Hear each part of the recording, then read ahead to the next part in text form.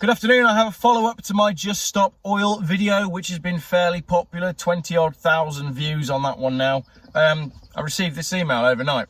Hi Geoff, my name is, and I'm ex-army, nearly 10 years service in Germany, Canada and the UK. I come from a military type family, so my urge to serve and sense of patriotism was fed and driven from an early age. I thoroughly enjoyed my time in the forces. But as I now look at the state of Blighty and much of the world, sometimes I wish I'd never bothered. What the hell has happened to the UK? Not just pathetic idiots like Just Stop Oil, but illegal migration. And if one more person starts another TikTok trend, I'll be dusting off my Accuracy International and donning the ghillie suit. It makes my blood boil. My roommate burned to death in Bosnia and another of the lads was decapitated. And what for? The country's doomed. Sometimes it feels like the government are or must be facilitating this in some way, as crazy and conspiring as that sounds. Anyway, I'm steering off topic. Have a read of the farcical nonsense from the police and decipher for yourself. Thank you very much for that short but extremely powerful email. And attached to the email was a Freedom of Information request to the Metropolitan Police. So there's two questions in this Freedom of Information request. I'll summarise them, then I'll read the questions, and then we'll go through the answers in detail because it's quite interesting. First question, why do you allow protesters to block the highways? Second question, are there any plans to mark these protest groups as internal terrorist organisations? So, first question in detail. Why do you allow protesters to actively block the highways and stop vehicles from freedom of movement, yet if a driver attempts to remove a protester, then you intervene? Generally, under the Highways Act 1980, it is illegal to purposely block a public highway, so why do you allow this? Tensions rise rapidly between protesters and drivers, and there's always a risk of a breach of the peace. It is your job as police officers to prevent breaches of the peace by removing one or both parties, so why do you allow it to continue? Superb question, very well worded, and let's remind ourselves this is from someone that was in the forces. So let's take a look at the answer to that question. I have today decided to disclose the located information to you in full. Police have a positive duty to facilitate protest and we must work within a legal framework. Translated, the police do have a duty to allow protests that are justified to go ahead, so long as they work within the legal framework. This is covered by the European Convention of Human Rights, the ECHR, in Articles 10 and 11. In addition, a recent court ruling, R versus Ziegler, has judged that protest is a reasonable use of the highway. In other words, the laws allow protests on the road up to a point. Police must work to balance the rights of protesters against the rights of the wider community. Any action taken by police must be supported by evidence. In practice, this usually means that we must evidence that the use of the highway to protest has become unreasonable or the protest is causing serious disruption to the community before we take action. That evidence isn't always there, or it takes time to gather. Let's take a look at that in the context of my video yesterday. Any action taken must be supported by evidence.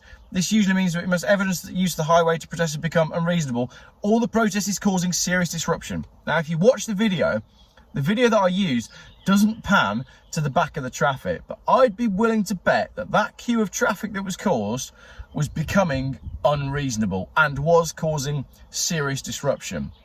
I believe that it's at that point that the police should have moved the protesters on, but they didn't. They arrested the guy that got annoyed. Now, on that point, to address the breach of the peace, court rulings have again set a legal precedent. For example, if a group is peacefully protesting on the highway and their actions anger a motorist to the extent that the motorist will cause a breach of the peace, then it is the motorist who will risk being arrested to prevent that breach, not the protest group. We cannot choose which side to arrest.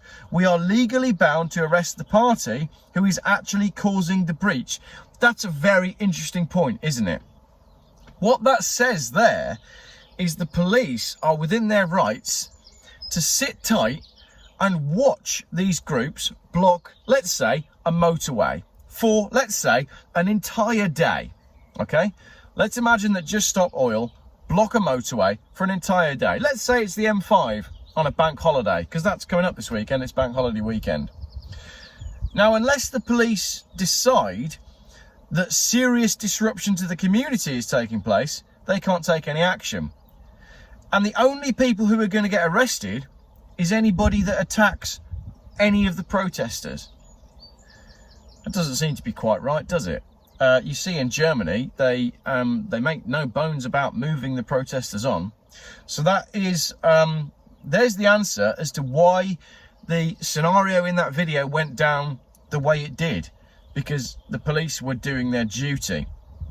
Obviously, I would debate the fact that it got to a point.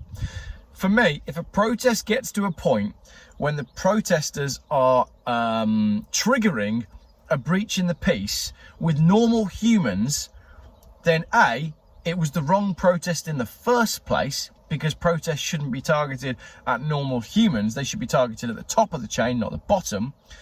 And B, the police should have stepped in a long way before that. So jury's out on that one. The police are clearly covering their back. Let's look at question 2. Just a reminder of the question: is there any future plan of action to classify Just Stop Oil and Extinction Rebellion as internal terrorist organisations on the grounds that they use tactics that advocate the unlawful use of violence and intimidation, especially against civilians, in the pursuit of political aims? And if not, why not? These are clearly acts of sedition.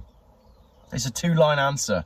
The power to define an organisation as a prescribed terrorist group lies with the Home Secretary, not the police. Pontius Pilate, wash the hands of that one. Interesting, very interesting indeed. And just while we're on the subject of my Just Stop Oil video, 20-odd thousand views, I don't know how many retweets, a lot of attention on Facebook. How many Just Stop Oil protesters and Just Stop Oil organisers have contacted me to come and have a debate or debate over Zoom? 0. Not a single email. So if you know someone someone must know someone that was holding a banner. Someone must know someone that goes to Just Stop Oil protests. Let's find them and let's get them in the car for an introduction. You thought I was going to say get them in a bag and sling them in the river then, didn't you? That's not what I was thinking. Thank you very much for watching my slightly eye-opening video. Yeah, not sure on that one. Jury's still out for me. Let me know in the comments.